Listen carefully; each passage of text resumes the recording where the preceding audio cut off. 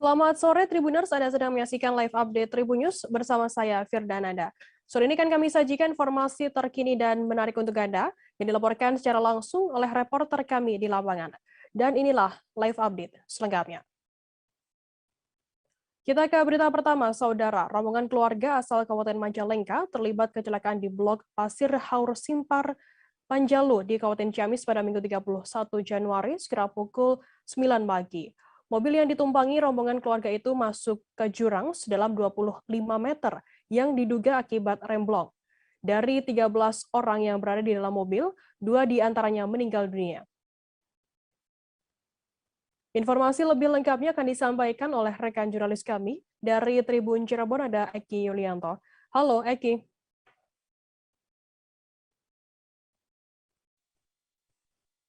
Ya, selamat sore, Firda. Ya. Eki, bisa Anda informasikan bagaimana suasana di rumah duka pasca insiden maut tersebut? Ya, baik, terima kasih. Selamat sore, Tribunnews. Pantauan saya pagi tadi di rumah duka di Desa Sindang Panji, Kecamatan Cikijing, Kabupaten Majalengka, tampak seperti biasa. Hanya saja di rumah duka tersebut terdapat taruh dan beberapa kursi dari plastik yang berdiri persis di depan rumah. Diketahui 2 warga yang meninggal dunia akibat kecelakaan tersebut atas nama Rohmat dan EN. Nah, menurut Sumarno, anggota keluarga yang berada di rumah duka mengatakan bahwa kedua anggota keluarganya tersebut telah dimakamkan kemarin sore sesaat setelah jasadnya tiba di rumah duka. Nah, untuk Rohmat dimakamkan di tempat pemakaman keluarga yang lokasinya tak jauh dari rumah, sedangkan EN dimakamkan di tempat pemakaman umum di desa setempat. Beda. Lalu bagaimana untuk kondisi dari korban-korban lainnya? Apakah juga sudah pulang ke rumah begitu? Bisa Anda informasikan? Ya, ada 13 rumah, maksud saya ada 13 orang yang berada di mobil rombongan keluarga tersebut. Nah, dari 13 orang itu 10 orang masih dirawat di Rumah Sakit Ciamis maupun Tasikmalaya. Nah, sementara korban atas nama Wafa Aulia sudah dipulangkan karena kondisinya terus membaik.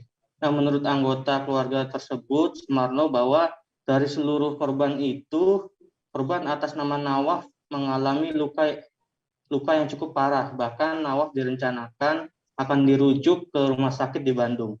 Nawaf sendiri merupakan anak ketiga dari Rohmat yang meninggal dunia akibat kecelakaan itu. Rohmat sendiri saat kejadian berposisi sebagai sopir. Tidak. Eki, bisa mungkin Anda ceritakan sendiri untuk tujuan dari rombongan keluarga tersebut sebenarnya mau kemana? Ya, baik, rombongan keluarga itu hendak mengantar mahasiswi yang akan kuliah di Universitas Siliwangi atau Unsil Tasikmalaya. Diketahui mahasiswi itu bernama Wafa Aulia, yang mana anak dari Rohmat yang meninggal dunia. Mereka berangkat kemarin hari Minggu sekitar pukul 9 pagi. Namun saat tiba di lokasi kejadian atau tepatnya di Blok Pasir Haur Simpar Panjalu, Kabupaten Ciamis, mobil tersebut diduga mengalami remblong. Akibat remblong tersebut, mobil masuk jurang sedalam 25 meter. Nah, menurut anggota keluarga juga Sumarno bahwa sudah menjadi kebiasaannya ketika ada anggota keluarganya yang hendak kuliah di luar kota, anggota keluarga yang lain pasti mengantar. Mereka berbondong-bondong melepas anggota keluarganya tersebut dengan harapan nantinya bisa lulus tepat waktu dan sukses di kemudian hari. Firda, demikian. Baik, terima kasih rekan jurnalis dari Tribun Cirebon, Eki Yulianto, atas laporan Anda. Selamat bertugas kembali. Kita beralih ke informasi selanjutnya, Saudara. Terjadi kecelakaan lalu lintas di ruas lintas tengah Sumatera Terbanggi Besar pada Minggu 30 Januari. Akibatnya 3 kendaraan mengalami kerusakan parah. Kecelakaan maut ini melibatkan 3 kendaraan truk dengan nomor polisi BE8219YD, pickup BE8493PA, dan sebuah sepeda motor. Informasi lebih lengkapnya akan disampaikan oleh rekan jurnalis kami dari Tribun Lampung. Ada Syamsir Alam di sana. Halo, Syamsir.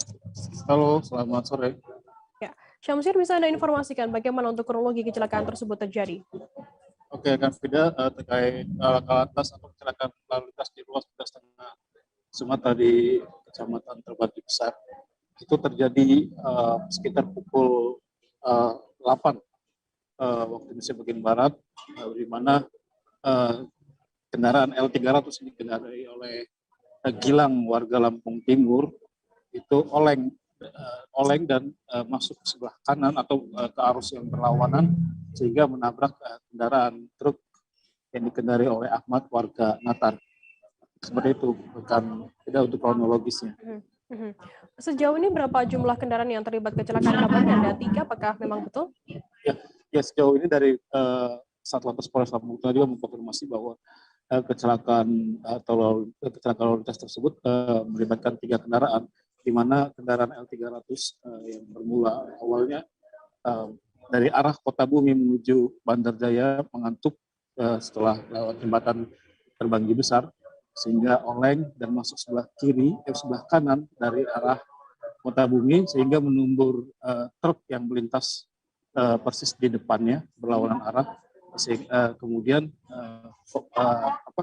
dari arah belakang juga ada pengendara sepeda motor dari Arizon ikut terlibat dalam kecelakaan tersebut. Seperti itu. Adakah mungkin korban jiwa maupun korban luka dari kecelakaan tersebut, Syamsir? Dari Satlantas Polres Lampung Tengah sendiri mengkonfirmasi bahwa tidak ada korban jiwa dari kecelakaan tersebut, hanya korban luka parah yaitu Harrison pengendara sepeda motor dan juga Gilang pengendara L300. Baik, terima kasih rekan jurnalis dari Tribun Lampung, Syamsir Alam atas laporan Anda. Selamat bertugas kembali. Kita beralih ke informasi selanjutnya, Saudara. Kebakaran terjadi di asrama mahasiswa di Lorong Tekukur, Kelurahan Kambu, Kota Kendari, Provinsi Sulawesi Tenggara. Peristiwa tersebut mengakibatkan bangunan asrama yang dihuni mahasiswa tersebut hangus terbakar dan rata dengan tanah. Selain itu, kebakaran juga menghanguskan 2 sepeda motor milik mahasiswa yang terparkir di asrama tersebut. Informasi lebih lengkapnya akan disampaikan oleh rekan jurnalis kami dari Tribun News Ultra. Ada Amelda Devi di sana. Halo, Devi. Iya, halo Firda. Amelda Devi, bisa Anda informasikan apa yang menjadi penyebab dari kebakaran di asrama tersebut? Iya, Firda. Jadi berdasarkan informasi yang kami peroleh di lapangan, saksi mata mengatakan kebakaran itu dipicu oleh korsleting listrik dari salah satu kamar kos di asrama Tiger itu. Ya, setelah kami konfirmasi ke pihak dinas kebakaran, pemadam kebakaran dan juga pihak kepolisian, hingga saat ini belum menemukan karena masih dalam proses penyelidikan. Seperti itu, Firda. Bisa Anda informasikan terkait kronologi terjadinya kebakaran tersebut, Amelda? Ya, jadi kronologi kebakaran di asrama Tiger itu terjadi pada hari Minggu 30 Januari 2022 sekiranya pukul 15.40 WITA, Firda. Ya, berdasarkan informasi dari saksi mata, warga setempat juga melihat tiba-tiba di kawasan kos asrama Tiger itu di bagian depannya sudah mulai terbakar. Ya, api memang sangat cepat merambat ke seluruh bagian asrama karena asrama ini sendiri terdiri dibuat dari kayu, Firda, seperti itu. Amelda, bagaimana dengan kondisi dari penghuni asrama tersebut? Ya, jadi diketahui asrama Tiger ini memiliki 10 kamar, Firda, dan untuk saat ini yang terisi ada 6 kamar. 1 kamar ada yang berisi 2 orang, ada juga yang 1 orang, jadi kurang lebih itu sekiranya ada 10 orang yang menghuni asrama Tiger. Namun pada saat kejadian kebakaran itu, yang sedang berada di asrama Tiger hanya ada 2 orang, yakni Irun dan juga Dharma. Mereka berada di kamar masing-masing. Nah, untuk Irun sendiri, dia menyampaikan awalnya tidak mengetahui terjadi kebakaran di asrama Tiger karena ia sedang tidur siang. Ya, saat terbangun, ia sempat mendengar suara ada yang terbakar, namun ia masih belum sadar bahwa yang terbakar adalah asramanya. Dia berpikir suara terbakar itu adalah suara dari masyarakat yang melakukan kerja bakti. Kemudian pada saat dia berbalik badan, dia baru merasakan panas dan mulai melihat api menjalar di dinding kamar sebelahnya. Pada saat itu pula dia segera bangun dan menyelamatkan barang-barang yang sempat ia selamatkan. Begitu juga dengan Darman, rekannya yang ada di kamar sebelahnya, juga mengaku katanya sedang berbaring dan mengetahui kebakaran terjadi ketika Irun keluar dari kamar. Seperti itu, Firda. Baik, terima kasih rekan jurnalis dari Tribun Sultra, Amelda Devi atas laporan Anda. Selamat bertugas kembali. Dan tadi Tribuners, Amelda juga sudah menghimpun keterangan dari pihak terkait dan berikut liputannya untuk Anda. Kalau awal mula saya juga tidak tahu ini bagaimana awalnya, karena tadi kan saya tidur, bangun di sebelah kamar sudah terbakar. Saya tidak tahu juga itu awalnya bagaimana, tetapi pas saya bangun langsung saya amankan barang yang harus diselamatkan, kan kayak laptop dulu karena tugas akhir. Setelah mau angkat laptop kembali, tidak ada yang harus diselamatkan karena sudah api sudah keras sekali. Ada berapa orang dalam asrama ini pada saat kebakaran terjadi? Orang itu 2 orang, saya sama Darman. Dia juga masih baring-baring di dalam. Tadi pas dia bangun, tidak bisa lewat depan, lewat belakang, rebutan. Enggak, dia lari ke sini. Tapi pas mau kembali sudah tidak ada juga yang ini yang bisa diselamatkan. Kalau kita apa saja yang bisa kita selamatkan pada saat kebakaran? Hanya laptop. Berarti pakaian dan Kalau selebihnya itu sudah tidak ada. Hanya tadi ada juga yang tidak bisa saya selamatkan, itu laptopnya saya punya kemanakan. Laptop sama berkas-berkas kayak ijazah, sertifikat itu sudah tidak ada. berarti saya tidak tahu apinya tiba-tiba saya datang. Nah, itu masalahnya. Atau ada bunyi-bunyian dulu Kak? Kalau bunyi-bunyi saya tidak dengar kayak bunyi-bunyi. Tadi kan saya sempat dengar itu kayak ada yang terbakar. Tapi saya kira itu di sini di luar. Kan biasa kalau kita hari Minggu itu kita kerja bersih. Saya kira anak-anak itu. Tadi sore sudah mulai lagi membersihkan. Yang terbakar begitu saya masih tenang-tenang perasaan kan baru bangun siang. Pas jadi kenapa Pan ada yang kayak panas ini di samping. Pas saya menghadap di sebelah utara. Pas saya balik badan api sudah di samping. Warga di 2 desa di Kecamatan Pulau Haruku, Maluku Tengah terlibat bentrok beberapa waktu lalu. Hubungan kedua desa tersebut sempat memanas sejak Selasa 25 Januari, hingga sejumlah orang tewas dalam bentrokan tersebut. Bentrok yang dipicu persoalan sengketa tanah ini juga mengakibatkan beberapa orang terluka. Untuk mengetahui informasi lebih lengkapnya, saat ini kami sudah tersambung dengan jurnalis dari Tribun Ambon, ada Alvin Risanto yang akan melaporkannya langsung dari sana. Halo, Alvin. Halo, Firda. Ya, Alvin, bisa Anda informasikan bagaimana update terkini dari kasus bentrok di Pulau Haruku ini? Apakah kabarnya juga ada indikasi adanya penggunaan senjata api oleh warga di sana? Ya, baik. Terima kasih rekan Firda. Jadi memang betul ada indikasi Polda Maluku menerima laporan adanya indikasi penggunaan senjata api pada pertikaian di 2 desa di Pulau Haruku beberapa waktu lalu pada hari Rabu lalu, bahwa penggunaan senjata api terlihat bahwa ada seorang anggota polisi yang terkena tembakan di bagian dagu hingga saat ini masih dirawat. Dan untuk itu dari pihak kepolisian meminta kepada warga yang memegang atau memiliki senjata api saat ini segera melakukan pemberian senjata api dengan secara sukarela, dan itu tidak akan diproses hukum.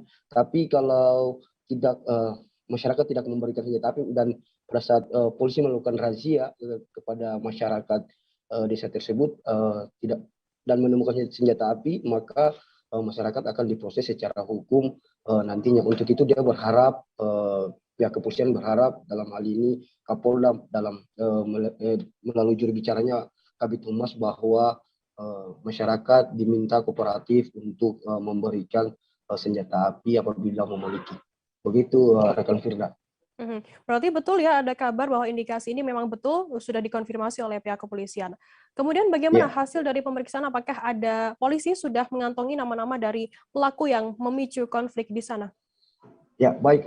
Terima kasih rekan Firda. Jadi memang betul terduga dari aktor di balik pertikaian antara warga di Pulau Haruku, Kabupaten Maluku Tengah, sudah ada aktor dan sudah ada yang diindikasi pelaku, namun saat ini aparat masih memeriksa sejumlah saksi-saksi untuk menguatkan bahwa dugaan aparat itu betul adanya salah satu pelaku, dan apabila sudah mencukupi bukti, aparat kepolisian akan memberitahukan kepada awak media bahwa kepada semua bahwa pelaku sudah ditetapkan. Tapi saat ini memang polisi masih melakukan pemeriksaan saksi-saksi di lapangan. Untuk itu masyarakat diminta untuk kooperatif apabila dipanggil sebagai saksi, harus kooperatif kepada pihak kepolisian. Begitu rekan Firda. Alvin, pasca insiden situasi di sana bagaimana situasi di 2 desa tersebut yang ada di Pulau Haruku ini? Ya, baik, terima kasih rekan Firda. Pasca insiden berjalan 6 hari sampai hari ini bahwa semakin kondusif di sana dan juga dijaga oleh aparat pihak keamanan semakin banyak di desa tersebut, desa Karyu tersebut maksud saya.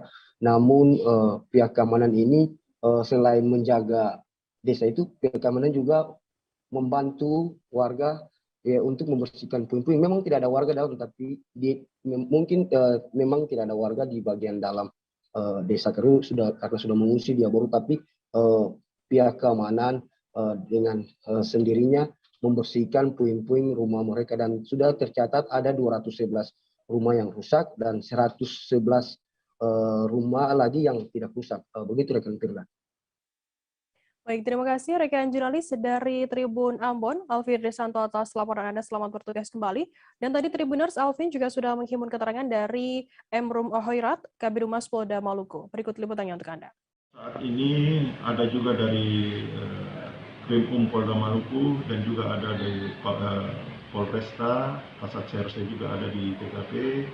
Ada beberapa yang sudah kita ambil keterangan, baik itu kasus yang sehari sebelumnya yang mengakibatkan terlukanya salah satu warga, maupun kasus kericuhan, bentrokan dan pembakaran terhadap desa Karyu ini sementara dilakukan pemeriksaan saksi-saksi.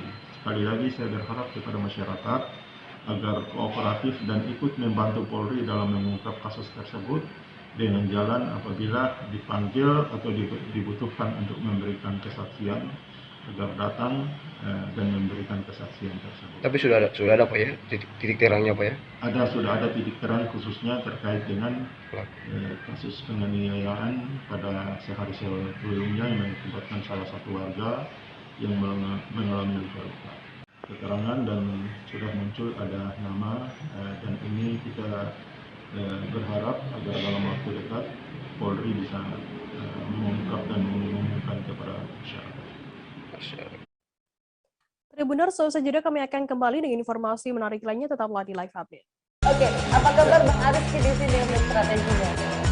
Kalau saya sendiri di Gimik 37 ini yang semalam baru mulai, saya udah sebenarnya aku nggak ngerasa itu penangkapan atau penggerebegan atau apapun itu, karena gitu posisinya kriteria. Jadi kita mengenal disebut dengan stroke yang tidak berdarah dengan stroke yang berdarah. Stroke yang tidak berdarah itu biasanya ditandai dengan adanya penyumbatan. Kalau itu terjadi di sini mungkin pikirnya tidak ke situ kali ya, tapi kalau di Korea atau di Kamboja itu ada beberapa paper yang saya itu Mas, ya, dulunya tukang koran. Oh gitu ya, tukang koran. Ya, saya baca itu Pak. Tuh kan, pernah baca kan? Ya. Jadi kalau saya jadi tanggam itu udah bersyukur banget. Si anak ini dijadikan sebagai tersangka begitu. Ya, kalau ini kita bicara yang di luar kasus Sebongombo ya. Dengan nama hujan shower, di mana terdapat batas jelas antara daerah hujan dan tidak hujan yang biasanya terjadi pada fase awal mature stage atau tahap berbahaya itu Kang. Jadi mulai artinya terjadinya perlembekan. Nah itu untuk penetrasi akan sulit. Gitu ya. Dok, saya ini menurut saya memang tidak mudah, bukan urusan tanah diambil. Kalau misalnya Amerika Serikat sekarang, Rasulullah mengatakan dalam sebuah hadis bahwa berpuasa di 6 hari Syawal itu. Oke, apa kabar Bang Arif di sini dengan strateginya? Kalau saya sendiri di Jumip 37 ini yang semalam baru mulai, Apa yang saya dirasakan udah Kak Fernita? Sebenarnya aku nggak ngerasain penangkapan atau penggerebegan atau apapun itu. Karena gini loh, posisinya aku kriteria. Jadi kita mengenal disebut dengan stroke yang tidak berdarah dengan stroke yang berdarah. Stroke yang tidak berdarah itu biasanya ditandai dengan adanya penyumbatan. Kalau itu terjadi di sini mungkin pikirnya tidak ke situ kali ya. Tapi kalau di Korea atau di Kamboja itu ada beberapa paper yang Saya itu Mas, dulunya tukang koran. Oh gitu ya. Tukang koran. Ya, saya baca itu Pak. Tuh kan, pernah baca kan? Ya. Jadi kalau saya jadi tanggam, itu udah bersyukur banget. Kak, si anak ini dijadikan sebagai tersangka begitu. Ya, kalau ini kita bicara yang di luar kasus Sibolombo ya. Dikenal dengan nama hujan shower, di mana terdapat batas jelas antara daerah hujan dan tidak hujan yang biasanya terjadi pada fase awal mature stage atau tahap Berbahaya dewasa. itu Kang. Jadi mulai artinya terjadinya perlembekan. Nah itu untuk penetrasi akan sulit. Gitu ya. Dok, saya ini Menurut saya memang tidak mudah, bukan urusan tanah diambil. Kalau misalnya Amerika Serikat sekarang, Rasulullah mengatakan dalam sebuah hadis bahwa berpuasa di 6 hari Syawal itu.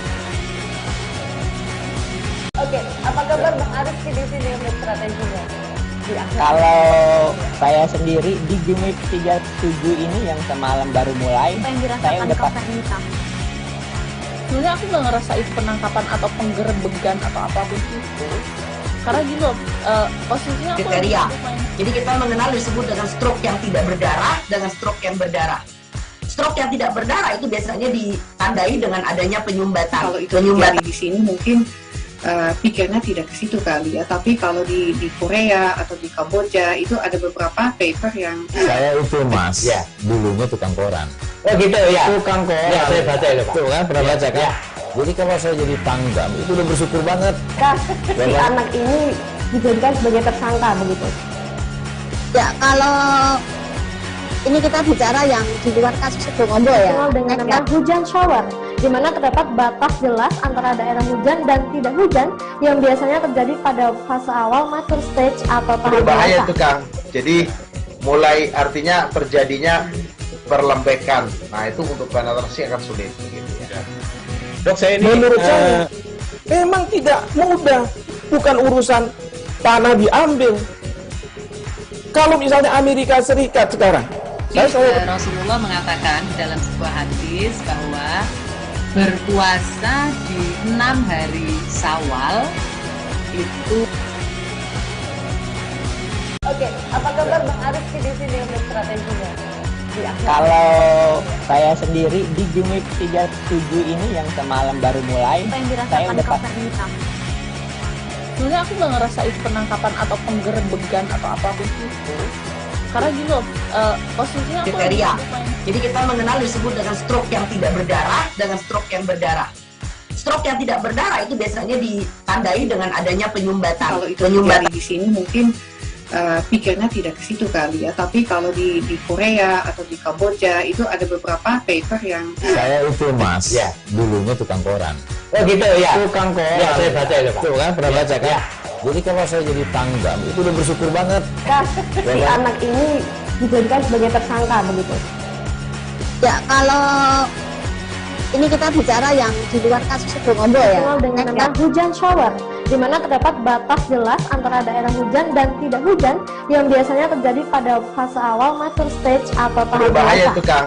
Jadi mulai artinya terjadinya.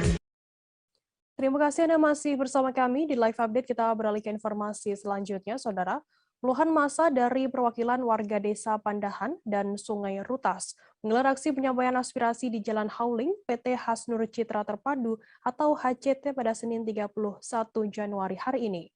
Aksi ini terkait gugatan warga atas penggunaan lahan oleh pihak perusahaan yang sampai saat ini belum ada proses ganti rugi kepada masyarakat desa Sungai Rutas dan desa Pandahan. Informasi lebih lengkapnya akan disampaikan oleh rekan jurnalis kami dari Banjarmasin Post, ada Stenis Lausene. Halo, Sten.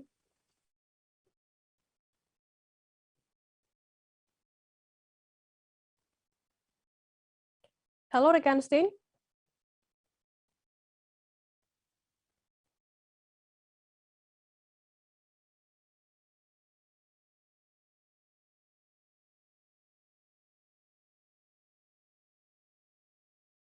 Ya, Stin, bisa Anda informasikan bagaimana proses aksi penyampaian aspirasi di Jalan Hauling tersebut?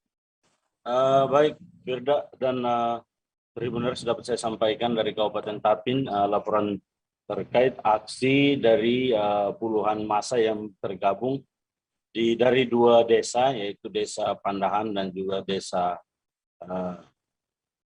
di Kabupaten Tapin, Sungai Rutas, yang melaksanakan aksi terhadap tuntutan kepada salah satu perusahaan tambang di Kabupaten Tapin untuk mengganti ganti rugi terhadap lahan yang digunakan oleh salah satu perusahaan di Kabupaten Tapin, yaitu PT Hasnur Citra Terpadu.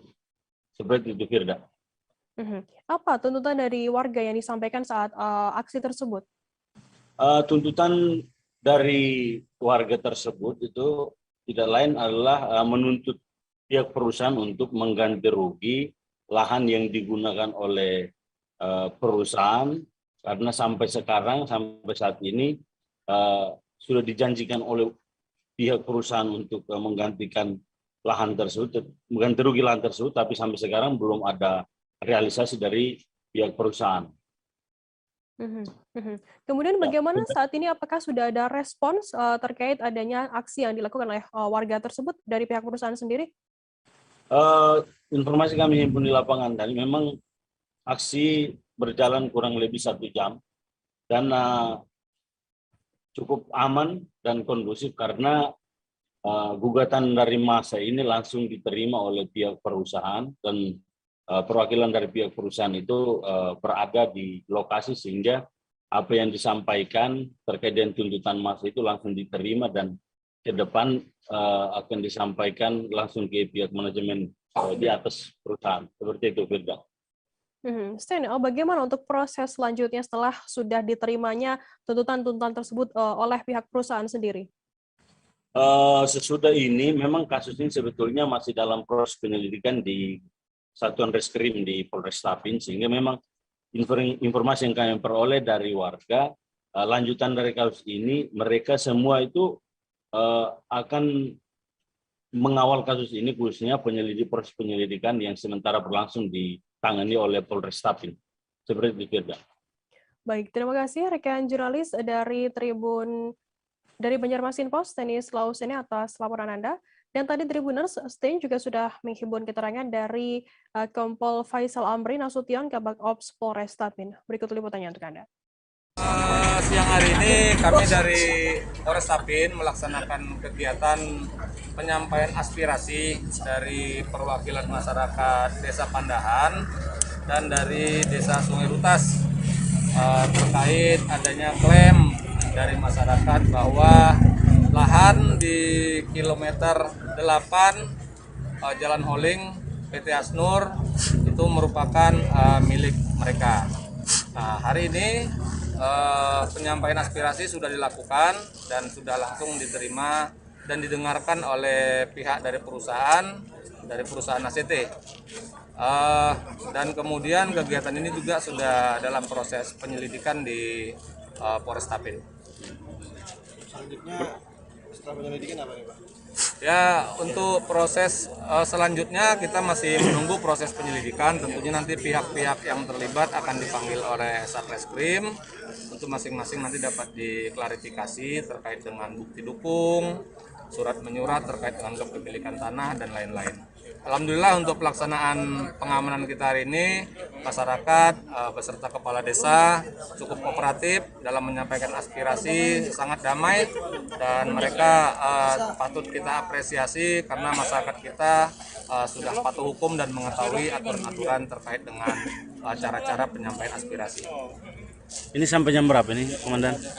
Ini sudah bubar dan masyarakat tadi sudah menyampaikan aspirasinya kepada perusahaan, dan perusahaan juga sudah tadi mendengarkan aspirasi, dan nanti akan disampaikan ke manajemen di tingkat pusat. Berarti perwakilan dari perusahaan ada juga tadi? Perwakilan perusahaan ada tadi. Setelah beberapa kali mangkir, Edi Mulyadi akhirnya memenuhi panggilan polisi pada Senin 31 Januari. Pemanggilan tersebut terkait kelaporan kasus dugaan ujaran kebencian mengenai Kalimantan yang disebut sebagai tempat jin buang anak. Informasi lebih lengkapnya akan disampaikan oleh rekan jurnalis kami dari tribunnews.com. Ada Iqman Ibrahim di sana. Halo Iqman. Ya, rekan Firda.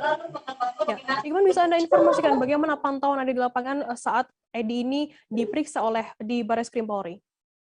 Ya, memang benar tadi Edi Mulyadi akhirnya telah memenuhi pemeriksaan atas dugaan kasus ujaran kebencian di Baris Krim Polri pada hari ini Senin 31 Januari 2022. Edi Mulyadi memang tadi tampak tiba di gedung Baris Krim Polri sekitar 9.55 waktu Indonesia Barat. Dia tampak juga memakai kemeja berwarna putih, belangkon, dan didampingi oleh kuasa hukum.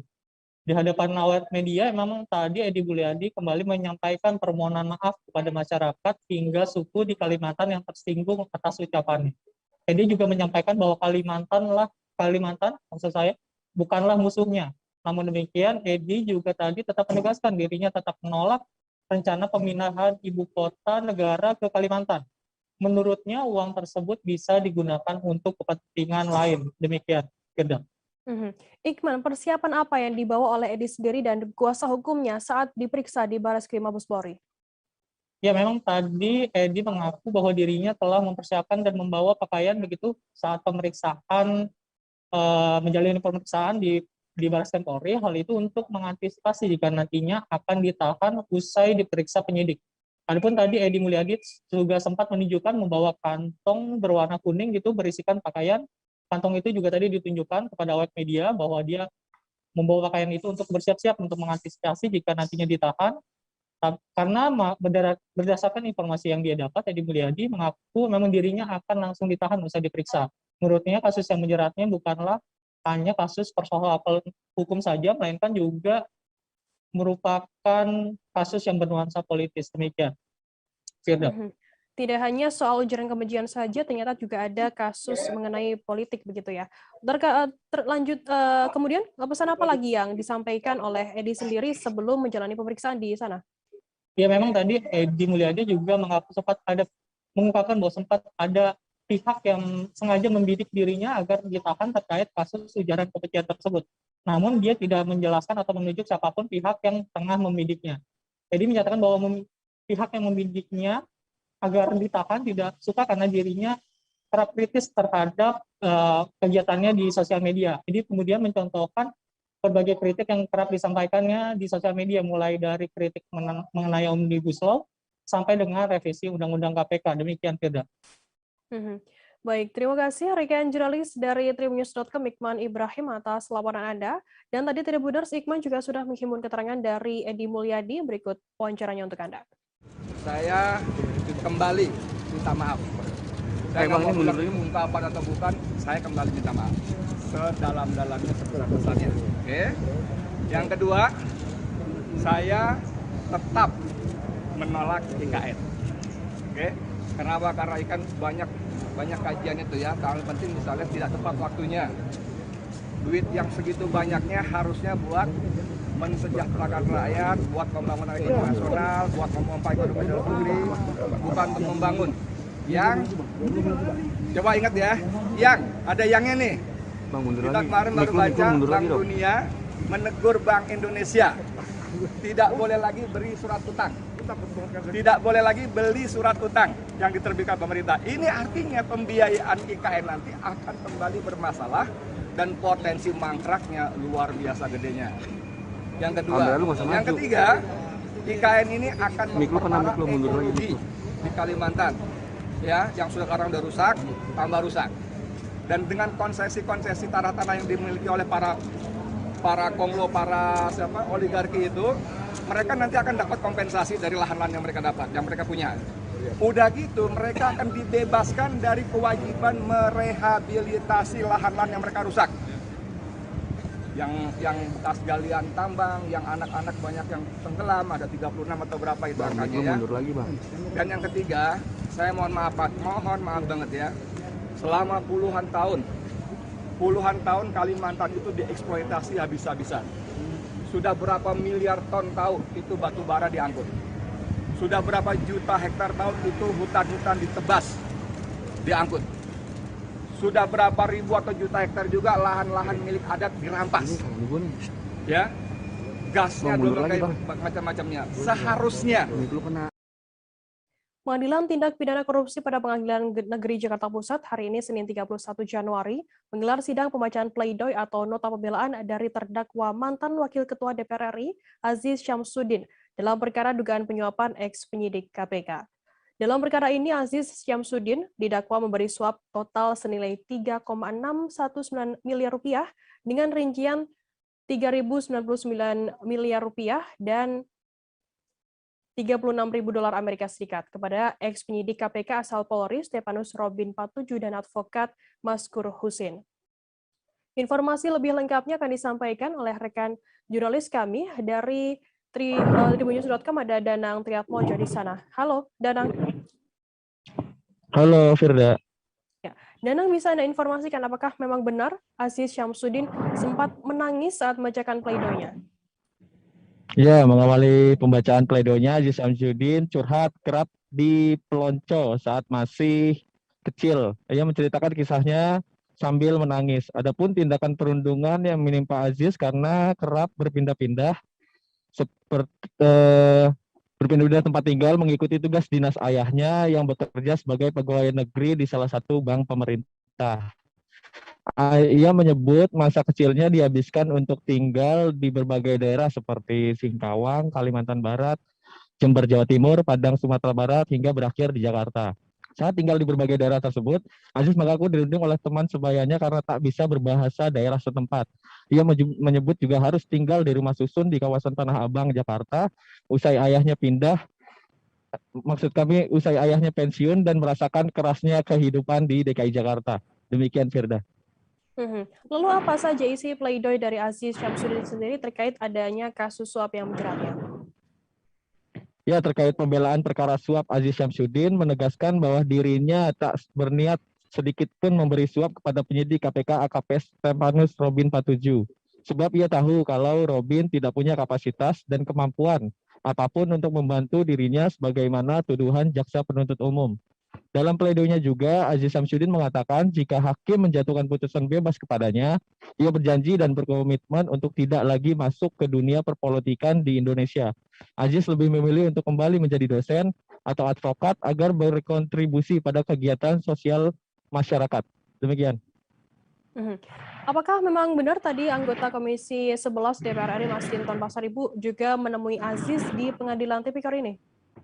Ya, benar sekali. Tadi politikus PDIP Perjuangan Masinton Pasaribu menyambangi Pengadilan Negeri Jakarta Pusat sesaat sebelum sidang dimulai. Ia datang bersama jajaran Komisi 3 DPR RI yang juga sedang punya kegiatan berkenaan dengan pengawasan dan serapan anggaran di Pengadilan Negeri Jakarta Pusat. Masinton mengatakan kedatangannya memang sengaja untuk menemui Aziz selaku kawan di DPR. Dirinya datang untuk menyapa dan memberi dukungan kepada Aziz yang sedang menghadapi proses hukum. Ia juga menegaskan bahwa kedatangannya bukan untuk mencampuri urusan persidangan, karena ia tahu kewenangan tersebut murni jadi independensi hakim yang menangani perkara. Demikian, Firda. Baik, terima kasih rekan jurnalis dari Tribunnews.com Danang Triatmojo atas laporan Anda. Selamat bertugas kembali. Kita beralih ke informasi selanjutnya, Saudara. Duka mendera keluarga besar Universitas Hasanuddin atau Unhas. Guru Besar Visipol Unhas, Profesor Tandi Roma Andilolo, meninggal dunia pada Senin 31 Januari pagi. Profesor Dr. Andilolo meninggal dunia saat menjalani perawatan di Rumah Sakit Wahidin Sudirohusodo, Makassar. Jenazah almarhum kini disemayamkan di Rumah Duka Jalan Baitur Rahman, Kecamatan Panakukang, Makassar. Informasi lebih lengkapnya akan disampaikan oleh rekan jurnalis kami dari Tribun Timur, ada Muslimin Emba yang akan melaporkannya. Halo, Emba.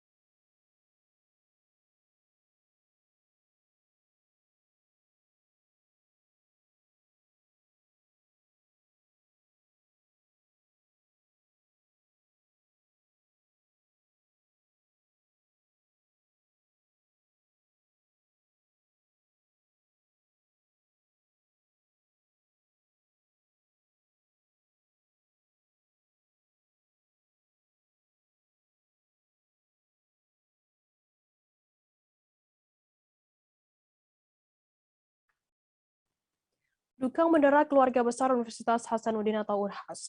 Guru Besar Visipol Unhas, Profesor Tandi Roma Andilolo, meninggal dunia pada Senin 31 Januari pagi.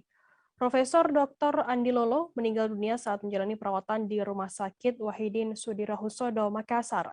Jenazah almarhum kini disemayamkan di rumah duka di Jalan Baitur Rahman, Kecamatan Panakukang, Makassar.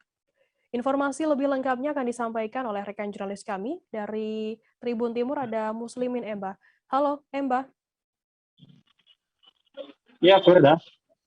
Emba, bisa Anda informasikan bagaimana suasana di rumah duka dari almarhum? Ya, Firda dan Tribuners, dapat saya jelaskan di hari tadi, Guru Besar Fisip Unhas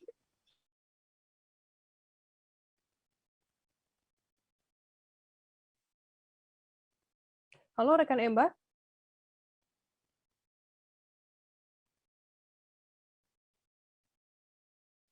Halo rekan. Ya. Bisa Anda ulangi kembali Emba, karena tadi mengalami sedikit gangguan sinyal Emba.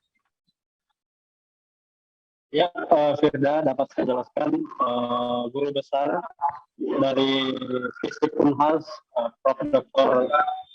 TR Andilolo meninggal dunia di Rumah Sakit Wahidin Sudirohusodo, Makassar dini hari tadi. Di rumah duka itu sudah banyak terpasang karangan bunga dan kolega serta kerabat almarhum yang datang melayat begitu. Firda. Mbak, bisa Anda informasikan kabarnya sebelum meninggal dunia ada dosen almarhum juga sempat dirawat di rumah sakit begitu, terkait penyakit apa yang dideritanya? Iya, Firda, betul sekali. Almarhum 4 tahun terakhir ini mengidap gangguan ginjal begitu, dan beberapa hari terakhir dia sempat menjalani perawatan di RS Wahidin dan karena oleh istrinya mengatakan sudah komplikasi, almarhum pun menghembuskan nafas terakhir di ruang ICU Rumah Sakit Wahidin. Firda.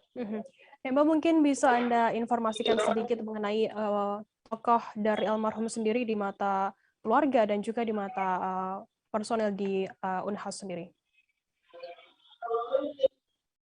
Ya, untuk sosok dari Prof. TR Andilolo ini, beliau adalah guru besar yang kemudian di mata keluarganya juga dianggap sangat konsen terhadap dunia pendidikan. Selain itu, peran aktif beliau juga masa hidupnya yaitu salah satu konseptor dari Wali Kota Makassar yang saat itu mencanangkan program lorong begitu.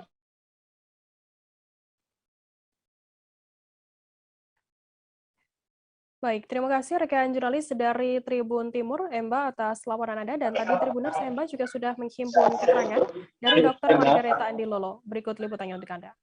Bisa dijelaskan Pak, kapan almarhum Prof. Tandi Andilolo ini meninggal dunia? Meninggal dunia dini hari tadi jam 2.17 menit. Dia meninggal di rumah sakit atau di mana? Di Rumah Sakit Wahidin. Rumah Sakit Wahidin. Iya. Beliau sakit apa memang Pak? Baik komplikasi. Komplikasi. Ada ginjal, ada lambung, banyak. Sudah lama dirawat Pak? Penyakit itu dirawat dalam keadaan sakit itu 4 tahun lebih. 4 tahun lebih. Kebetulan istrinya seorang dokter ahli THT. Ya. Jadi selama ini istrinya memberikan perawatan yang maksimal sehingga dia masih bisa bertahan dalam keadaan itu selama 4 tahun. 4 tahun lebih. Dia dirawat di rumah terus ke rumah sakit atau selama 4 tahun? Bolak-balik ke rumah sakit. Jadi pertama kali itu dikena di Tanah Toraja. Kebetulan mereka ada tugas jalan-jalan ke sana.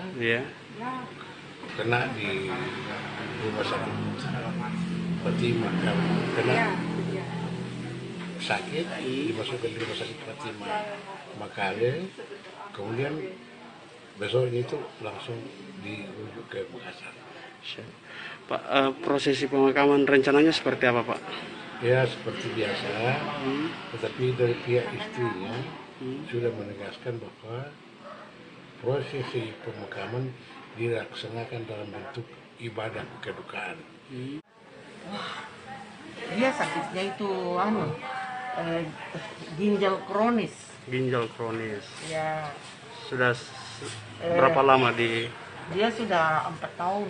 4 tahun. Dulu pernah cuci darah, sudah itu dengan pengaturan makanan yang baik, dia tidak perlu lagi cuci darah. Jadi selama 4 tahun tidak cuci darah lagi.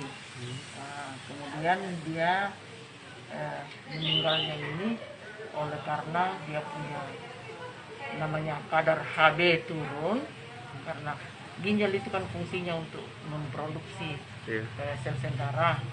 Nah, karena ginjalnya rusak, produksi sel darah kurang, jadi HB-nya turun. Dikasih transfusi. Transfusi 4 kali. Sudah transfusi, ya mau pulang nih. Rencana mau pulang ke rumah, tiba-tiba saja dia perdarahan lambung. Tapi itu perdarahan lambung banyak juga disebabkan juga oleh karena penyakit ginjal kronis yang menyebabkan gangguan pada lambung. Jadi meninggal dini hari tadi, Pak? Dini hari tadi. Di mana? Di rumah sakit? Di Wahidin. Wahidin di ICU. Di ICU.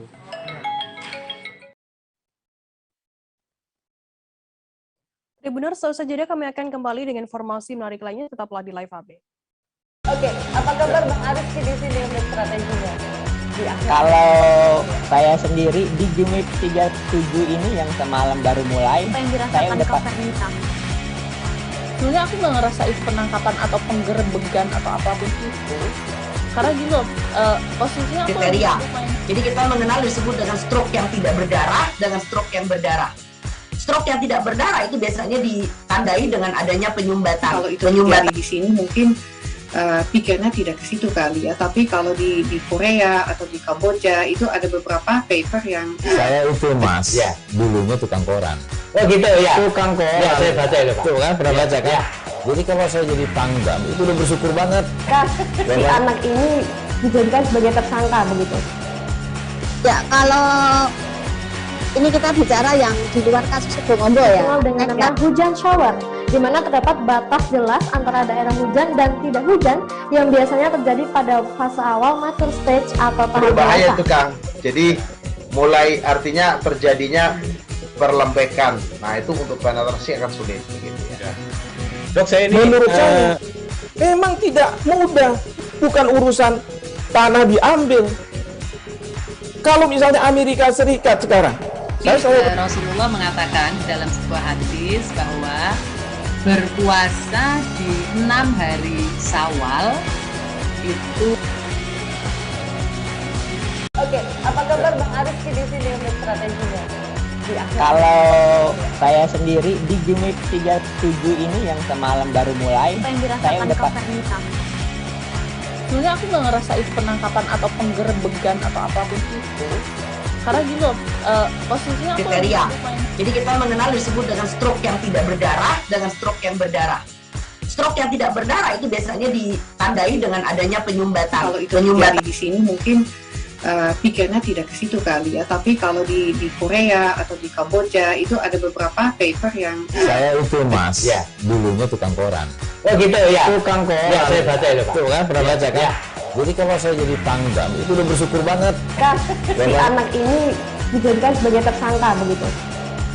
Ya, kalau ini kita bicara yang di luar kasus Sebongombo ya. Dikenal dengan nama hujan shower, di mana terdapat batas jelas antara daerah hujan dan tidak hujan yang biasanya terjadi pada fase awal mature stage atau tahap berbahaya dewasa. itu Kang.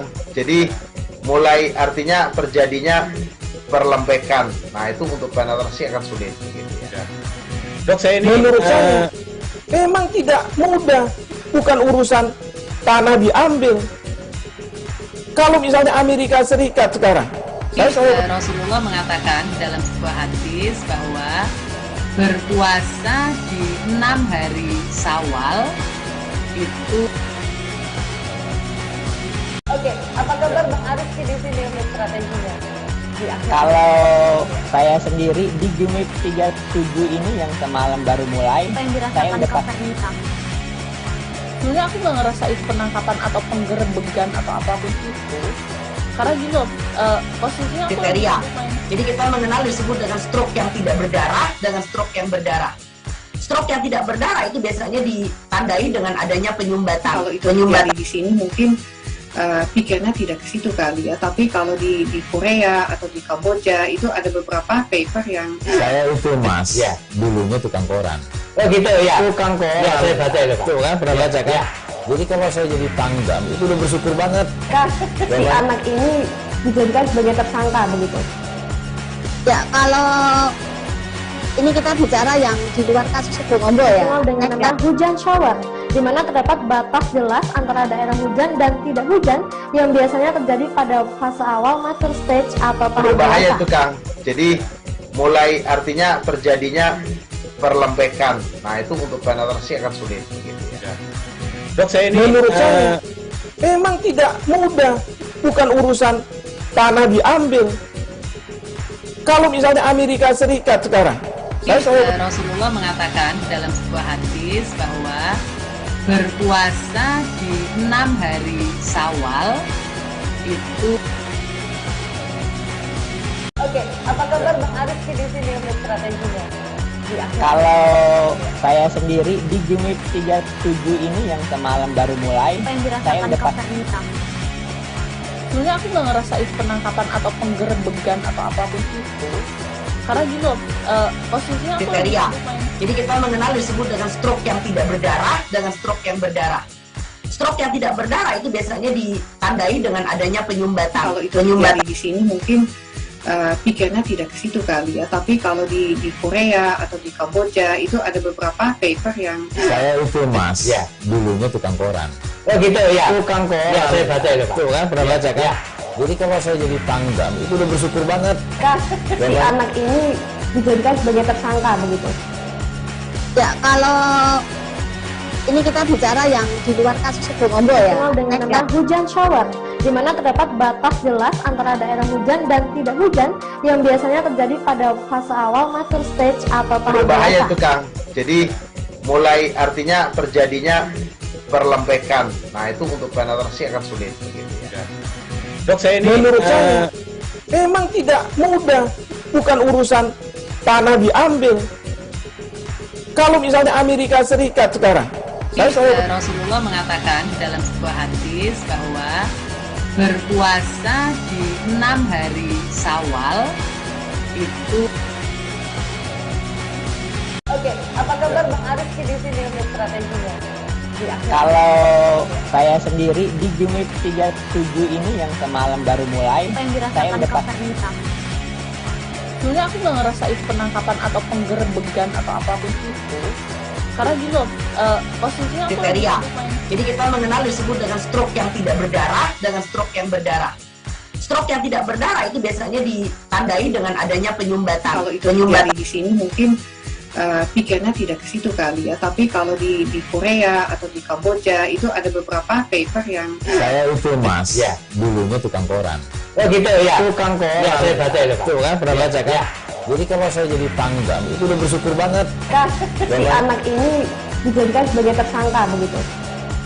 Ya, kalau ini kita bicara yang di luar kasus Sebongombo ya. Dengan nama hujan shower, di mana terdapat batas jelas antara daerah hujan dan tidak hujan yang biasanya terjadi pada fase awal mature stage atau tahap berbahaya dewasa. itu Kang. Jadi mulai artinya terjadinya perlembekan. Nah itu untuk penetrasi akan sulit. Gitu, ya. Dok, saya ini menurut saya memang tidak mudah, bukan urusan tanah diambil. Terima kasih Anda masih bersama kami di Live Update. Kita beralih ke informasi selanjutnya, Saudara. Keluarga almarhum Yuliani Apriani Wilkis atau Nani Wilkis meminta terdakwa Justinus Tanaem alias Tinus Perko dihukum mati. Diketahui Nani Wilkis merupakan korban dari pemerkosaan dan pembunuhan oleh terdakwa Tinus Perko pada Mei 2021 lalu. Ayah kandung Nani Wilkis, Adrianus Lee, beralasan perbuatan Tinus Perko memang sudah melampaui batas wajar. Informasi lebih lengkapnya akan disampaikan oleh rekan jurnalis kami dari Pos Kupang. Ada Irfan Hoy yang akan melaporkannya.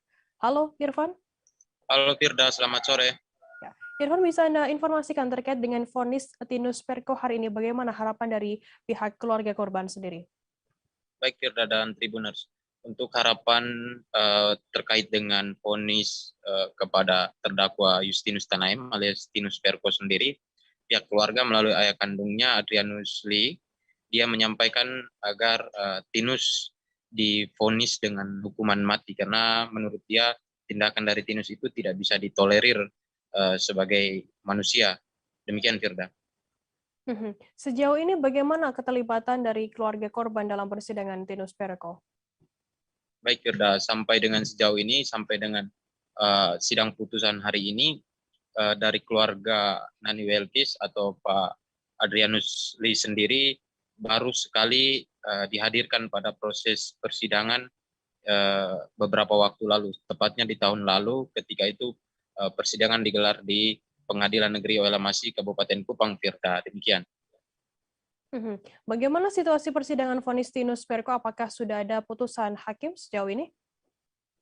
Baik Firda dan Tribuners, dapat diinformasikan bahwa sesuai dengan dakwaan terhadap Justinus Tanaim agar divonis hukuman mati, tetapi putusan yang baru saja dibacakan oleh hakim di Pengadilan Negeri Oelamasi Kabupaten Kupang sekitar 1 jam yang lalu, Tinus Tanaim atau Tinus Perko sendiri divonis penjara seumur hidup dengan tuntutan sesuai dengan yang dibacakan oleh JPU sebelumnya, Firda dan Tribuners. Demikian. Baik, terima kasih rekan jurnalis dari Pos Kupang, Irfan Hoy atas laporan Anda. Dan tadi Tribuners, Irfan juga sudah menghimpun keterangan dari ayah Nani Wilkis, Adrianus Lee Wilkis. Berikut liputannya untuk Anda. Itu baru kita dapat tahu, oh dibuat begini. Nah, kalau tidak, kita tidak tahu sama sekali. Itu atau apa itu Bapak? Itu setelah sidang, jadi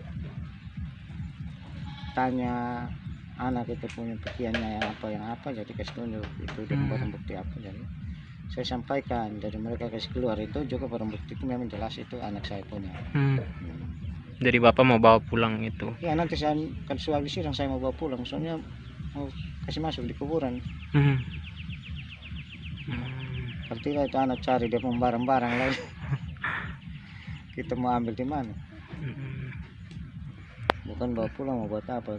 Taruh di tempat pemakaman. Iya. Supaya dia punya badan, tubuh, apa semua kan lengkap. Lengkap, ya. Kok itu kepala rambut itu sama ke pakai wig itu cabut semua ini. Ada di sana. Yang dia pun baju, dia pun celana jeans, celana dalam, BH, sandal, jepit rambut. Itu nih masih di pengadilan itu. Di pengadilan. Rencananya kalau misalnya sudah putusan nanti Bapak ambil? Ya, saya mau ambil kembali. Untuk mau taruh di pemakaman. Pemakaman. Mau menurut saya untuk sidang yang sebenarnya tadi itu harus terjadi tapi ditunda. Kalau untuk menurut saya sebagai orang tua korban, kalau mau hukum itu saya maunya hukum seumur mati, hukum mati. Karena dia perbuatan sudah melebihi batas. Coba dia perkosa saja, tidak bunuh. Peristiwa kebakaran kapal ikan kembali terjadi di Pelabuhan Perikanan Samudra atau PPS Kelurahan Air Tembaga 1, Kecamatan Air Tembaga, Kota Bitung, Provinsi Sulawesi Utara. Sekitar 5 hingga 6 kapal terbakar berat dan ringan di dermaga TPPS Air Tembaga Bitung. Kebakaran kali ini adalah peristiwa kebakaran kapal ikan yang kedua kalinya dalam kurun waktu 1 bulan terakhir. Informasi lebih lengkapnya akan disampaikan oleh rekan jurnalis kami dari Tribun Manado, ada Christian Wayongkere. Halo, Christian. Ya, selamat sore dan Tribuners dimanapun Anda berada. Ya, Christian, bisa Anda informasikan apakah memang benar di Kota Bitung, Provinsi Sultra ini kembali terjadi peristiwa kebakaran kapal ikan? Bisa Anda informasikan terkait kronologi juga?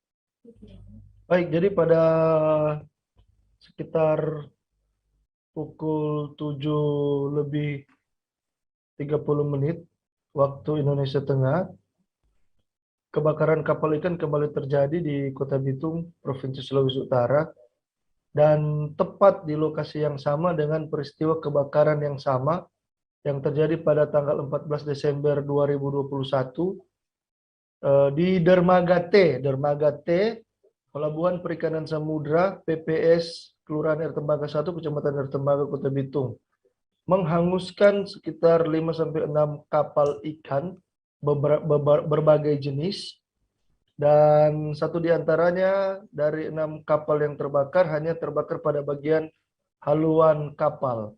Dan sampai dengan berita ini dihimpun, tidak ada atau belum ada keterangan resmi dari pihak Syah Bandar Pelabuhan Perikanan Samudra Bitung, dan kami hanya merangkum informasi di lapangan dengan mewawancarai petugas pemadam kebakaran dan beberapa pengurus kapal, di mana peristiwa itu terjadi dengan begitu cepat.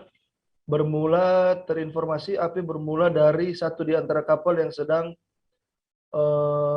labuh di Dermaga T, Pelabuhan Perikanan Samudra Air Tembaga Bitung, dan api kemudian dengan cepat menyambar kapal-kapal yang berbahan fiber dan kayu di lokasi kejadian. Firda. Berapa banyak yang terbakar kapal di sana dan bagaimana saat ini kondisinya? Jadi informasi yang kami himpun di lapangan, yang terbakar itu adalah KM Primadona Abadi, kapal ikan jenis Pajeko atau kapal jaring dengan gross ton 24, disusul kapal Berkat Safar, jenis kapal tuna dengan 30 GT, kemudian kapal KM Mohulodu, disusul KM Mulin 11, KM Inkamina, dan KM Betania Sejahtera dengan GT29. Nah, KM Betania Sejahtera ini atau kapal jaring ini hanya terbakar pada bagian haluan kapalnya saja, dan pada saat peristiwa kebakaran tersebut langsung ditarik oleh pemilik kapal atau pengurus kapal dan beberapa nelayan yang ada di sekitar tempat kejadian perkara. Firda. Bagaimana kemudian tanggapan dari pemilik kapal sendiri dan damkar dari pihak Satpol PP dan Kota Bitung atas adanya peristiwa kebakaran yang ternyata ini adalah kali kedua yang terjadi dalam kurun waktu 1 bulan? Baik, jadi menurut Noldi Manisang, satu di antara pengurus kapal yang terbakar, pihaknya tidak begitu mempersoalkan peristiwa yang terjadi, namun mereka menyesalkan penanganan atau quick respon dari pihak Syah Bandar Kepelabuhanan maupun Pelabuhan Perikanan Samudra yang tidak menyiapkan atau ada hidran, namun pada saat kejadian tidak berfungsi. Nah, mereka mengkritisi di mana keberadaan Pelabuhan Perikanan Samudra ini harus dilengkapi dengan keberadaan hidran yang cukup, atau menurut bagian bidang damkar Satpol PP minimal 5-10 titik hidran yang terpasang di lokasi Pelabuhan Perikanan Samudra Air Tembaga Bitung. Firda. Baik, terima kasih rekan jurnalis dari Tribun Manado, Christian Wayangkere, atas laporan Anda. Dan tadi Tribuners, Christian juga sudah menghimpun keterangan dari pengurus satu di antara kapal yang terbakar, yakni Noldi Manisang, dan juga Kepala Seksi Penanggulangan Bencana Kebakaran Bidang Damkar Satpol PP Kota Bitung, Denny Ansiga. Berikut liputannya untuk Anda. Panglima, ya Panglima, di balik kejadian ini apa yang akan disampaikan pengurus kapal yang keseharian beraktivitas beroperasi di sini? Ya, kami sebagai pengurus kapal merasa kecewa dengan kejadian seperti ini, karena ini sudah beberapa kali dan sudah kedua kali. Persoalan yang terjadi di pelabuhan ini persoalan yang kami rasa pelabuhan yang tidak bisa dikatakan jelas. Pertama-tama, pelabuhan ini hidran tidak ada, ya, hidran tidak ada. Terus kedua, ini persoalan yang selalu yang terjadi ketika kami pengurus kapal. pemasukan laba tabus ini sangat hebat, luar biasa, permintaannya besar. Tapi pengurus-pengurus yang ada di sini tidak ada terlalu memperhatikan seperti itu. Ini kami sebagai merasa pengurus merasa kecewa dengan hal yang terjadi ini. Dan kalau boleh mereka harus lebih apa ini dikatakan lebih baik lagi lah, supaya hidan-hidan kalau taruh di tempat-tempat yang mana seperti ini harus ada hidan-hidan yang harus ditaruh terus supaya tindakan penyelamatan pertama awal. Kenapa harus ada hidran di tempat ini? Ya itu supaya tidak ada terjadi yang mungkin kalau misalnya kapal satu terbakar, ya kapal lain mungkin tidak bisa terbakar. Seperti itu. Itu tindakan penyelamatan kalau hidran ada di tempat-tempat ini kan seperti itu. Berkaca dari kejadian. Ya, berkaca dari kejadian, Pak. Ini sudah yang ke berapa ini? Ini kedua kali ini kan. Maksudnya begini, Pak. Kalau masalah damkar jangan disalahkan damkar. Karena masalah kontribusi yang di pelabuhan ini tidak ada damkar di sini. Ini hanya membantu secara kemanusiaan. Tapi untuk segala kontribusi yang terjadi di sini adalah perikanan dan pengawasan. Bukan damkar yang terlambat padam. Bukan damkar, karena begini kita juga ada urusan di tempat lain, bukan cuma berpikir hal-hal yang begini. Karena ini tidak layak ini, tidak ada hidran lapangan. Kalau boleh dari pihak perikanan maupun pengawasan harus ada hidran lapangan. Karena ketika terjadi kebakaran di perumahan, apakah kita harus pakai segini? Tidak mungkin. Apakah pengusulan itu sudah disampaikan oleh Saya pernah sampaikan waktu pertama. Kalau masalah dewan jangan salahkan juga dewan. Mungkin di warning oleh dewan, tapi tidak diindahkan. Melakukan pengawasan juga dewan dalam hal ini. Mereka sudah melakukan pengawasan. Terbentuknya pelabuhan ini karena pengawasan dari dewan juga. Jadi jangan salahkan. Tapi tidak ada hidran. Jangan salah. Iya. Maksudnya begini. Sekarang kita mau tanya lagi kembali kepada pemerintah. Apakah perikanan ini layak? Tidak layak. Kenapa? Dengan secara kelayakannya ada di sini, hidran tidak ada. Hidran lapangan pun tidak ada. Semua tidak ada. Baru kapal juga diberikan kelayakan itu diberikan kepada Atpel, bukan kepada pemadam. Dan juga marin-marin yang ada di Kota Bitung sini harus memperhatikan itu. Jangan diberikan oleh pusat tentang marin membuat kelayakan di kapal, tapi tidak ada secara kualitas yang mereka berikan. Hanya itu. Kira-kira kalau mau lihat berapa keberadaan hidran yang harus dibutuhkan? Di sini mesti ada 10 titik. 5 pun bisa, yang penting menyambung jadi satu. Ini satu pun tidak ada. Bagaimana? Kita beralih ke informasi selanjutnya, Saudara. Kasus COVID-19 di Kota Pekanbaru cenderung mengalami kenaikan pada awal pekan ini. Dari data Satgas COVID-19 di Kota Pekanbaru, kenaikan kasus mulai terjadi pada 27 Januari 2022. Hingga Senin 31 Januari, total ada penambahan 52 kasus positif. Informasi lebih lengkapnya akan disampaikan oleh rekan jurnalis kami dari Tribun Pekanbaru, ada Fernando Sikumbang. Halo Fernando. Oke, Firda. Sore. Nando, bisa Anda informasikan bagaimana update terbaru kasus positif COVID-19 di Kota Pekanbaru saat ini? Oke, Firda. Pada hari ini memang merupakan hari terakhir penerapan PPKM level 2 di Kota Pekanbaru, jelang menanti hasil asesmen terkini dari Satgas Pemerintah Pusat terkait berakhirnya hari akhir penerapan PPKM level 2 di Kota Pekanbaru. Dan memang kondisi kasus pada akhir hari terakhir PPKM level 2 di Kota Pekanbaru memang mengalami peningkatan drastis, Firda. Karena memang saat ini kasus aktif COVID-19 di Kota Pekanbaru mencapai 69 kasus. Dan itu mayoritas setelah terjadi kenaikan drastis atau lonjakan drastis pada hari Minggu kemarin sebanyak 31 kasus, Firda. Dan memang kondisi ini mengejutkan banyak pihak, terutama dari pemerintah Kota Pekanbaru dan juga Satgas COVID-19 di Kota Pekanbaru. Dan mereka mengimbau kepada masyarakat agar waspada terkait kenaikan kasus COVID-19 pada akhir Januari ini. Karena memang dari prediksi awal terjadi kenaikan kasus pada awal Februari ini. Dan memang dari data Satgas dan juga data dari Dinas Kesehatan menunjukkan bahwa memang terjadi kenaikan kasus pada akhir pekan kemarin karena lonjakannya cukup tinggi sehingga masyarakat memang harus mewaspadai penyebaran COVID-19 di Kota Pekanbaru. Begitu, Firda. Fernando, di akhir pekan kemarin kasus positif varian Omikron pertama terkonfirmasi di Riau begitu, yakni seorang warga di Kota Pekanbaru. Bagaimana untuk riwayat dari pasien tersebut dan saat ini kondisinya seperti apa?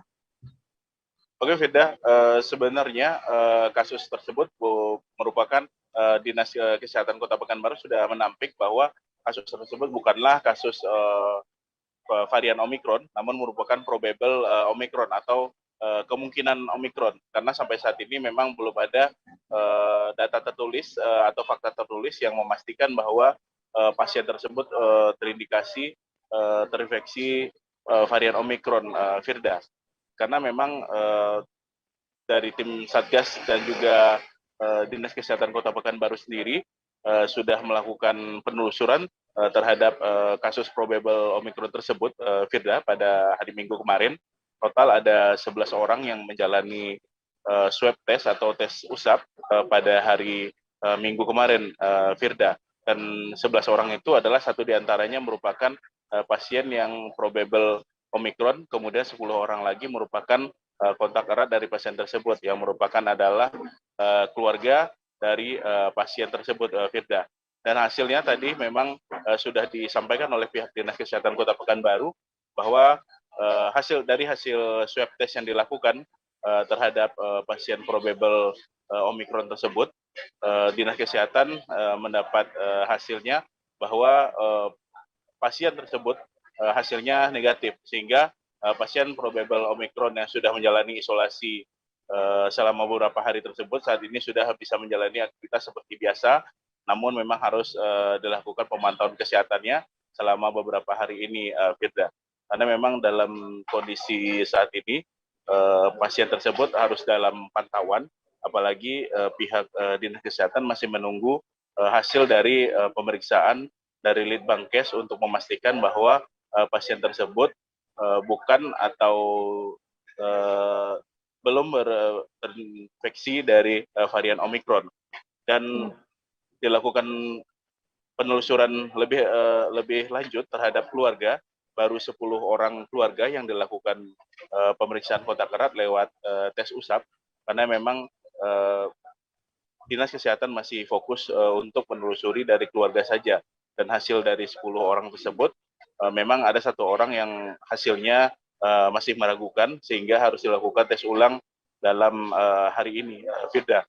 Dan pihak Dinas Kesehatan masih menanti hasil dari hasil dari swab test satu keluarga dari pasien yang awalnya terindikasi terinfeksi varian Omikron, namun pasien tersebut hanya probable Omikron dan ternyata hasilnya negatif, Firda. Dan dari pihak Dinas Kesehatan, dari hasil penelusuran bahwa memang yang bersangkutan sempat berada di luar negeri, dan mereka pasien tersebut sempat singgah di Batam setelah melakukan perjalanan di luar negeri. Saat berada di Batam ternyata sempat hasilnya positif dan terindikasi terinfeksi varian Omikron, Firda. Dan yang bersangkutan ternyata tidak bersedia untuk menjalani isolasi di Batam, sehingga akhirnya pulang tanpa izin ke Kota Pekanbaru melalui jalur kapal, jalur laut dari Batam menuju Pelabuhan Dumai. Setelah Pelabuhan Dumai kemudian melanjutkan perjalanan lewat darat ke Kota Pekanbaru.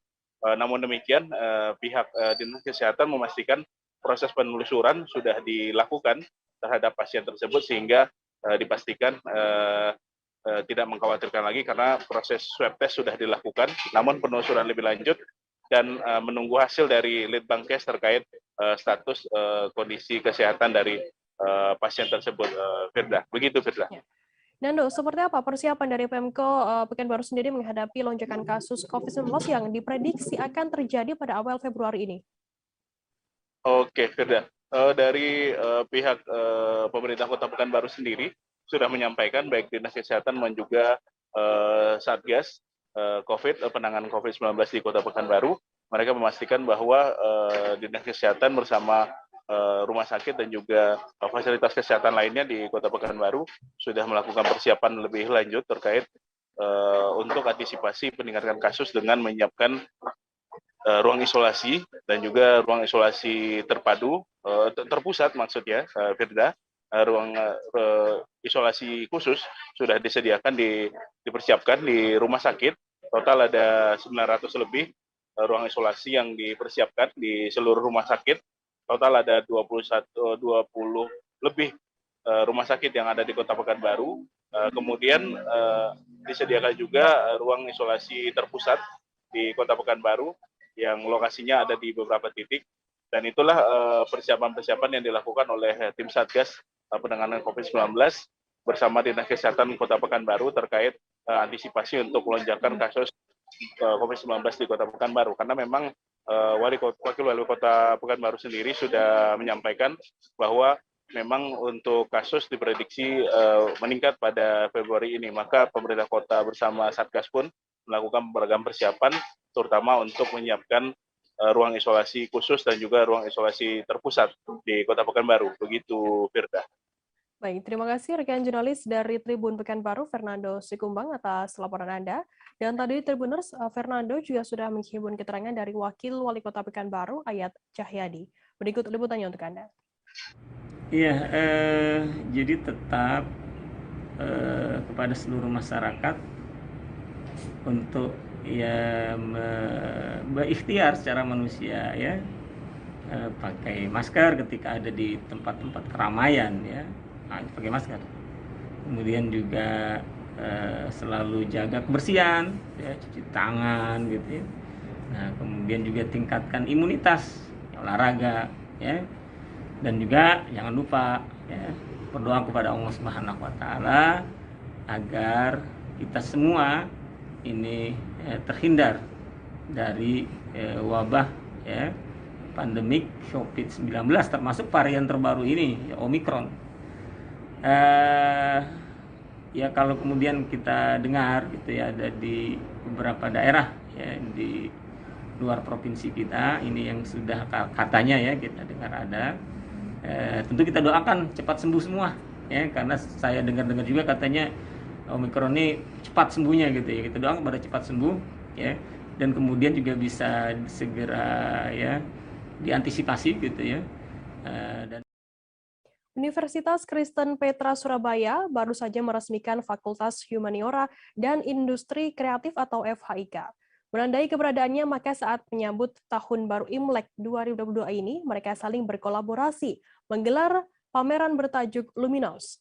Pameran pada Senin 31 Januari ini dimulai pada pukul 1 siang, digelar di Creative Co-Design Studio UK Petra.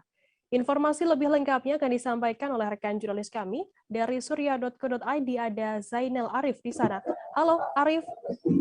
Selamat sore, Firda. Ya.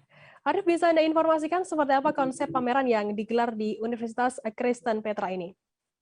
Baik, seperti yang sudah disampaikan tadi Tribuners, bahwa UK Petra hari ini menggelar sebuah pameran bertajuk Luminous. Nah, ini itu sebagai perkenalan juga karena di bulan Oktober lalu Universitas Kristen Petra ini baru saja meresmikan Fakultas Humaniora dan Industri Kreatif. Nah, untuk acara kali ini melakukan berkolaborasi ya, kolaborasi dengan beberapa fakultas, yakni ada Fakultas Bahasa dan Sastra, kemudian ada Fakultas Seni dan Desain, serta juga Fakultas Ilmu Komunikasi. Nah, untuk hari ini tadi sudah dimulai sejak pukul 1 dan itu digelar di Creative Co-Design Studio UK Petra. Nah, di sini mengambil tema Luminous ini karena memiliki arti sebagai penerang. Nah, sama seperti lampion ya, yang identik dengan suasana Imlek. Nah, fungsinya untuk menerangkan. Nah, makanya bisa menyinari kehidupan dengan memberikan harapan di tahun yang baru. Nah, harapannya ini memang FHIK ini menjadi fakultas yang memberikan harapan dan sinergi baru mahasiswa untuk nanti ke depannya dalam proses pembelajaran sekalipun seperti itu. Dan untuk pelaksanaannya sendiri ini memang melibatkan mahasiswa dan dosen. Begitu, Firda. Arif, Creative Co-Design Studio UK Petra ini melibatkan siapa saja dalam gelaran ini? Nah, itu tadi dosen sama mahasiswa, kemudian untuk pembuatannya sendiri ini beraneka macam ya. Ada seperti bikin lampion, itu dari amplop angpau dan kertas origami begitu. Kemudian juga banyak ya, ini memang sebuah showcase yang menunjukkan bagaimana keterampilan dari mahasiswa yang dipandu oleh dosen-dosen mereka memang untuk menyemarakkan atau menyambut hari Imlek ini dengan kreativitas yang sudah dibuat. Nah, ada juga Xianqi, terus juga ada kaligrafi Chinese, kemudian, nah kalau untuk tribuners yang belum tahu Xianqi ini apa, jadi Xianqi ini adalah merupakan seni potong kertas, salah satu seni tertua di Cina ya, di Cina. Nah ini biasa digunakan untuk dekorasi rumah, kemudian pada tahun baru Imlek ya, terus upacara pernikahan, terus juga ada sampai upacara penguburan, itu biasanya dipakai. Nah bentuknya ini juga variasi, ada yang karakter-karakter huruf, Mandarin, seperti yang di video itu bentuknya karakter-karakter huruf yang ada berbagai macam makna, kemudian juga ada bentuk-bentuk hewan, kemudian tumbuhan, bahkan manusia seperti itu. Nah kegiatan ini memang sengaja untuk didesain sangat-sangat sederhana ya, kemudian juga alat-alat yang digunakan ini cuman menggunakan kertas, kemudian ya isolasi, origami, cutter, begitu aja. Kemudian mahasiswa secara semangat sejak pukul 1 sampai barusan ini sekitar jam 4 ini sudah menyelesaikan banyak sekali ya. Lampion itu ada sekitar 20 yang dibuat hari ini. Kemudian untuk lampion-lampion sendiri beberapa sudah dipasang ya di sudut Creative Co-Design Studio ini. Kemudian juga untuk tulisan-tulisan kaligrafinya ini nanti akan disimpan dan akan dipajang di rumah masing-masing mahasiswa begitu sebagai bentuk menyemarakan Imlek di tahun ini. Begitu Gerda. Arif, apakah pameran ini juga dibuka untuk umum begitu? Kalau untuk dibuka umum, saya rasa ini tadi memang untuk internal UK Petra saja, karena memang sebagian besar itu mayoritas adalah warga Tionghoa ya, jadi yang merayakan Imlek juga begitu. Kemudian banyak yang datang, kemudian sebenarnya datang ini bukan cuma untuk melihat-lihat ya, tapi juga ikut membuat begitu. Jadi memang dari tadi itu mahasiswa, dosen, semuanya itu bahu-membahu untuk membuat aneka ragam pernak-pernik Imlek kali ini. Seperti itu kita. Baik, terima kasih rekan jurnalis dari surya.co.id Arif atas laporan Anda. Dan tadi Tribuners, Arif juga sudah menghimpun keterangan dari Sekretaris Program Studi Desain Interior, Poppy Firta 20 Tina. Berikut liputannya untuk Anda. Poppy, sebenarnya apa sih yang sedang dilakukan oleh mahasiswa dan UK Petra sendiri? Hari ini itu merupakan acara kolaborasi dari Fakultas Humaniora dan Industri Kreatif, di mana FHIK sendiri itu baru ya dari tahun 2021 kemarin, bulan Oktober atau November kemarin. Nah itu adalah gabungan dari tiga fakultas sebenarnya. Ada dari IKOM, dari Fakultas Seni dan Desain, dan dari sastra. Nah digabungkan. Oleh karena itu, karena ini kebetulan besok adalah Imlek, nah kami mau menggabungkan mahasiswa dari berbagai macam prodi dan program seperti itu.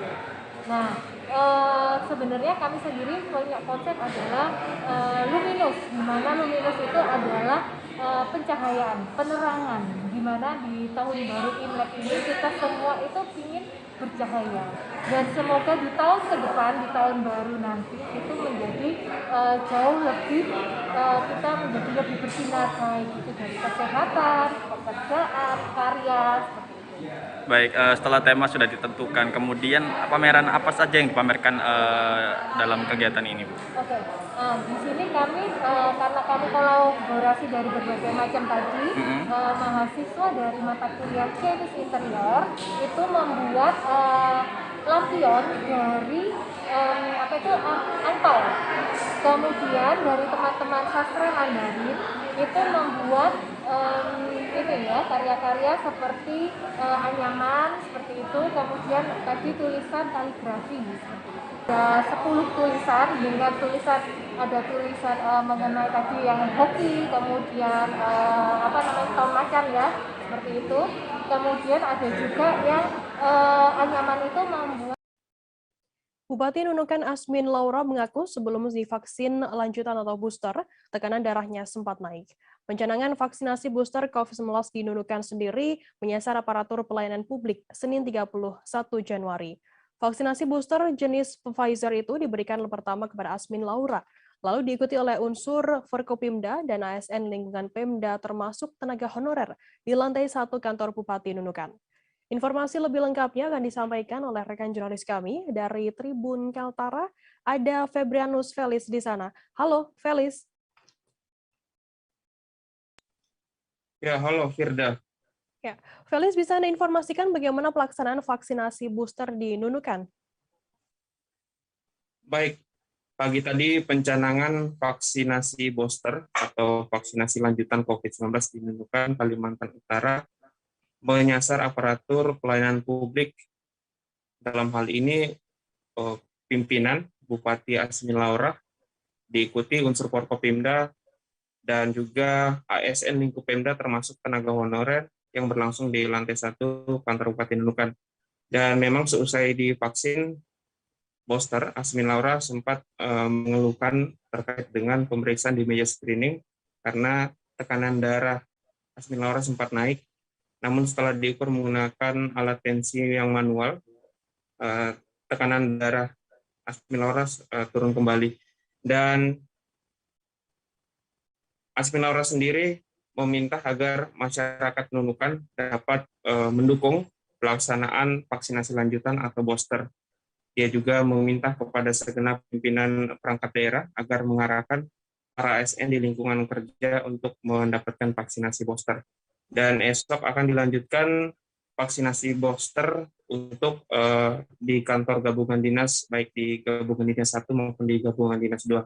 Begitu, Firda. Felis, berapa jumlah vaksin Pfizer yang datang pada Jumat lalu dan berapa dosis yang disiapkan untuk pelaksanaan di hari pertama ini? Baik, pada Jumat tanggal 28 Januari lalu, ada sebanyak 7.620 dosis vaksin Pfizer yang tiba di Nunukan, yang terdiri dari 585 vial untuk Dinas Kesehatan Nunukan dan 50 vial lainnya untuk Polres Nunukan. Dan tadi, informasi yang dihimpun Tribun Kaltara dari Dinas Kesehatan Nunukan, ada 700 dosis vaksin Pfizer yang disiapkan untuk diberikan kepada aparatur pelayanan publik di kantor Bupati Nunukan. Begitu, Firda.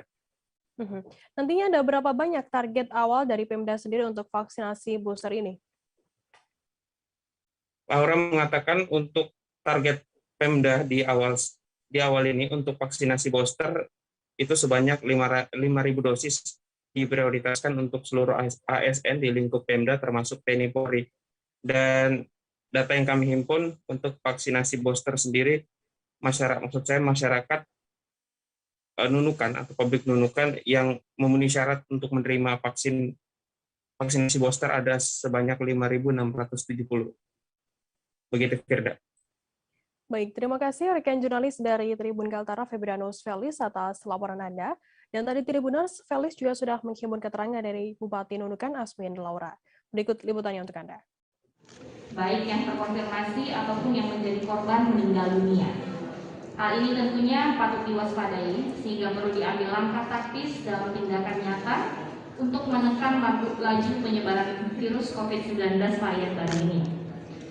Oleh karenanya, sebagai tindak lanjut, maka atau dosis lanjutan bagi para aparatur pelayanan publik. Hal ini tentunya sebagai upaya untuk menekan persebaran COVID-19 sebagai langkah tindak lanjut untuk mengejar tingkat vaksinasi COVID-19 di Kabupaten Nunukan, dan yang utama adalah untuk memberikan rasa aman dari paparan COVID-19 baik bagi aparatur yang memberikan pelayanan publik ataupun masyarakat yang sedang dilayani. Oleh karenanya, guna mendukung dan mensukseskan pencapaian vaksinasi COVID-19 booster ini, sesuai dengan edaran yang telah disampaikan, saya meminta segera pimpinan perangkat daerah untuk mengarahkan para ASN di lingkungan kerjanya untuk melakukan vaksinasi ini. Waktu dan jadwal telah diatur dengan baik.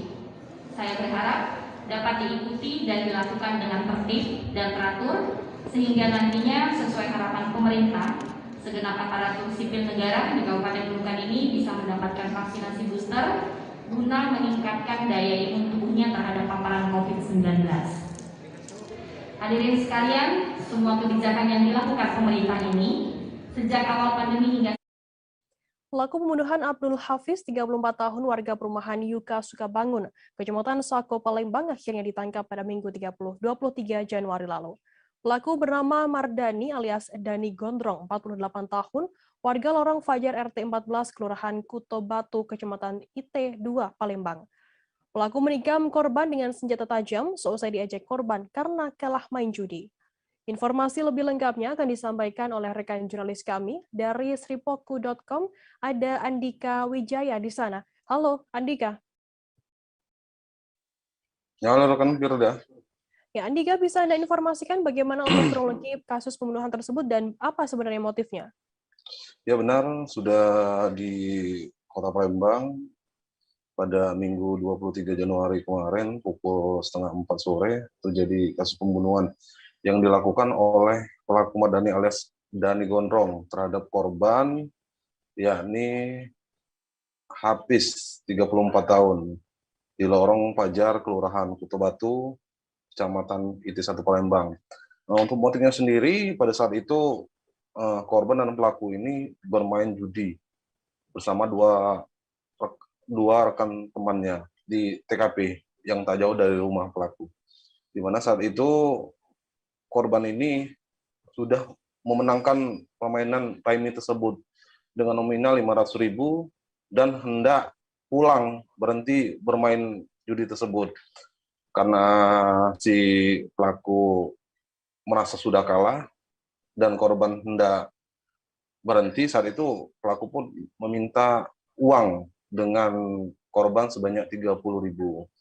Namun saat itu si korban hanya memberi uang kepada pelaku sebesar 10.000.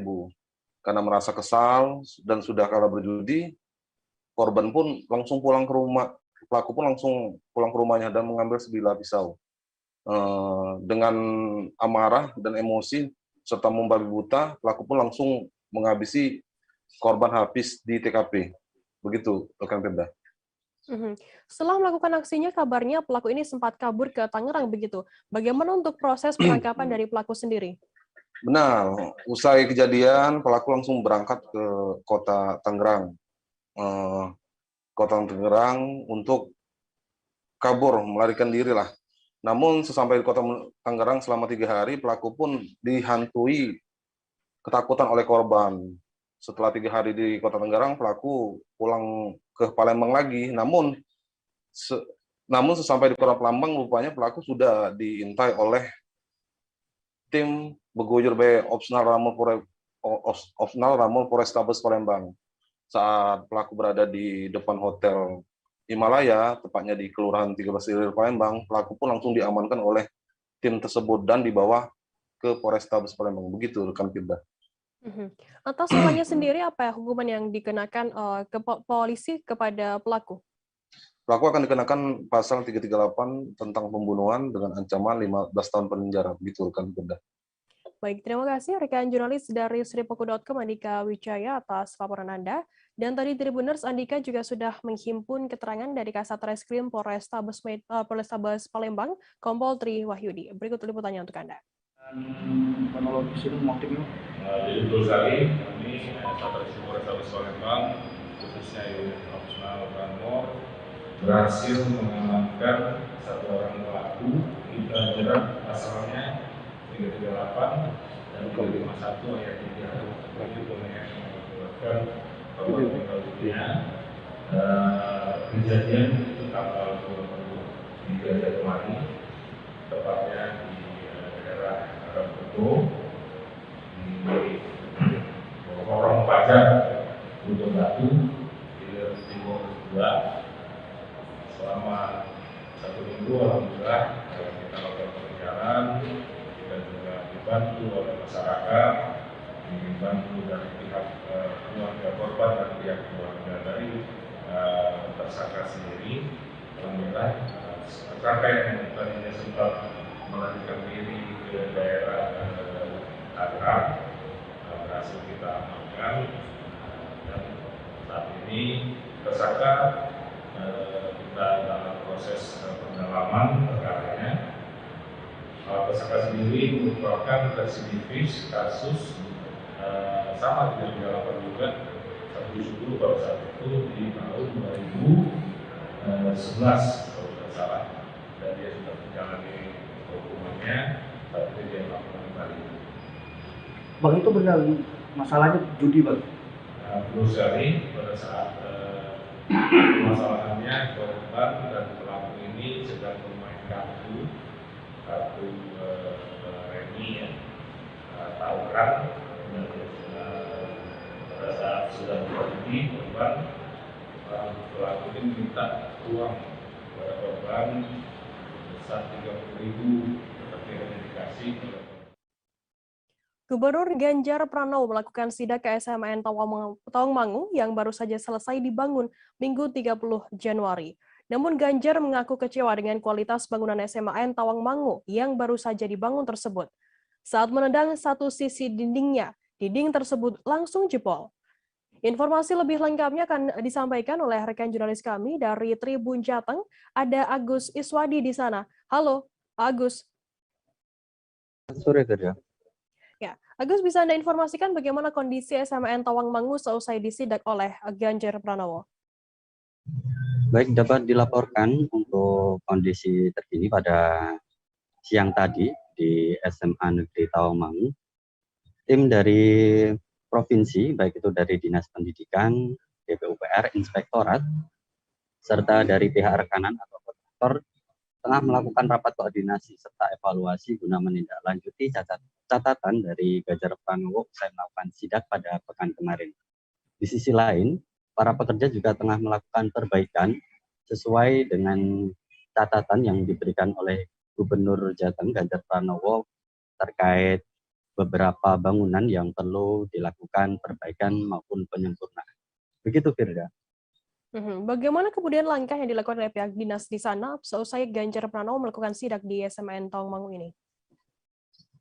Baik, untuk hasil rapat tadi, mengingat untuk bangunan SMA Negeri Tawangmangu ini telah diserahkan untuk proses pembangunan tahap pertama, saat ini hingga 180 hari ke depan masih dalam masa pemeliharaan, sehingga dari tim pihak provinsi terus melakukan pemantauan kaitannya dengan kondisi bangunan, mengingat untuk pengecekan ini akan dilakukan secara terus-menerus apakah nantinya akan ada kebocoran dan lain-lain. Di sisi lain, untuk catatan dari Ganjar Pranowo seperti dinding bagian lobi depan, serta beberapa dinding yang mengalami retakan sehelai rambut, serta beberapa finishing yang dirasa kurang memuaskan juga telah dilakukan perbaikan pada siang tadi. Begitu, Firda. Baik, kemudian berapa sebenarnya anggaran yang digelontorkan untuk pembangunan SMAN Tawangmangu Karanganyar ini? Baik, untuk pembangunan tahap pertama, SMA Negeri Tawangmangu ini menelan biaya sekitar 5,1 miliar yang bersumber dari dana APBD Provinsi. Adapun untuk pembangunan yang dimulai pada Juni 2021 itu meliputi 5 ruang kelas, 2 laboratorium, 1 perpustakaan, serta ruang guru, serta ruang administrasi. Adapun untuk gedung bangunan SMA Negeri Tawangmangu yang berada 2 lantai ini berdiri di atas lahan seluas sekitar 8.400 meter persegi. Di sisi lain, setelah masa pemeliharaan selesai, nantinya pada tahun ini juga akan dilanjutkan dengan pembangunan tahap kedua yang menelan biaya sekitar 7 miliar untuk, dan saat ini masih menunggu untuk proses lelang. Begitu, Firda. Baik, terima kasih rekan jurnalis dari Tribun Jateng Agus Iswadi atas laporan Anda. Dan tadi Tribuners, Agus juga sudah menghimpun keterangan dari Syamsuddin Isnaini, Kabid Pembinaan SMA Disdik Jateng, dan juga Uswatun Hasanah, Kepala Dinas Pendidikan dan Kebudayaan Jateng. Berikut liputannya untuk Anda. Intinya ini terdiri dari TPK juga, Kabin, kemudian Sabang Dinas, Kabit SMA, kemudian dari mana lagi, PU, Inspektorat, semuanya alhamdulillah kita bersinergi. Pada prinsipnya pembangunan gedung SMA 1 Tawangmangu ini masih dalam masa perawatan ya, jadi masih ada space waktu untuk pembenahan. Dan mulai minggu kemarin sudah langsung dilakukan perbaikan penyempurnaan. Karena masih masa penyempurnaan, otomatis masih ada kekurangan di sana. Tapi kita segera melakukan tindakan preventif. Maka nanti yang dari teman-teman dari inspektorat, yang dari cabang dinas, yang dari Kabid SMA masih tinggal di sini untuk pengecekan secara menyeluruh. Saya kira itu ya Mbak ya. Ini masih tadi masalah pemeliharaan. Jadi gini, dalam konstruksi itu kan ada namanya PHU, serah terima pekerjaan yang pertama. Yang pertama itu berarti item-item yang ada di kontrak itu selesai. Nah itu tanggal 5 Desember kemarin selesai, sudah diserah terimakan. Setelah itu ada masa pemeliharaan, itu 180 hari. Itu masih menjadi tanggung jawab pelaksana kontraktor apabila terdapat atau terjadi kerusakan dalam bangunan itu, termasuk penyempurnaan dari pekerjaan-pekerjaan pokok yang sudah diserah terimakan. Untuk yang kemarin diberitakan itu setelah kami koordinasi dengan tim teknis itu merupakan pekerjaan yang masuk penyempurnaan, itu diselesaikan di masa pemeliharaan. Jadi merupakan pekerjaan yang dapat diselesaikan di masa pemeliharaan. Dari hal tersebut, sejak Minggu sore kami sudah koordinasi dengan tim dan kita turun lagi ke lapangan hari Senin hari ini, dan sejak hari Minggu kemarin dari pelaksana sudah bergerak, sudah salah satunya material dan sebagainya sudah dikirim, dan Senin pagi sudah mulai pekerjaan baik dari pemasangan plaster di bawah jendela ini sudah dilakukan, kemudian coating di atas, kemudian juga perapian di lantai 2 yang ini yang bata merah ini, bata merah ini, terus kemudian ada. Tribuners, informasi tadi sekaligus menutup perjumpaan kita dalam live update hari ini. Jangan lupa saksikan terus live update di seluruh kanal YouTube dan Facebook Tribun Network. Saya Firdananda, mewakili kurang bertugas, pamit undur diri. Terima kasih dan sampai jumpa. Jangan lupa like, subscribe, dan share ya!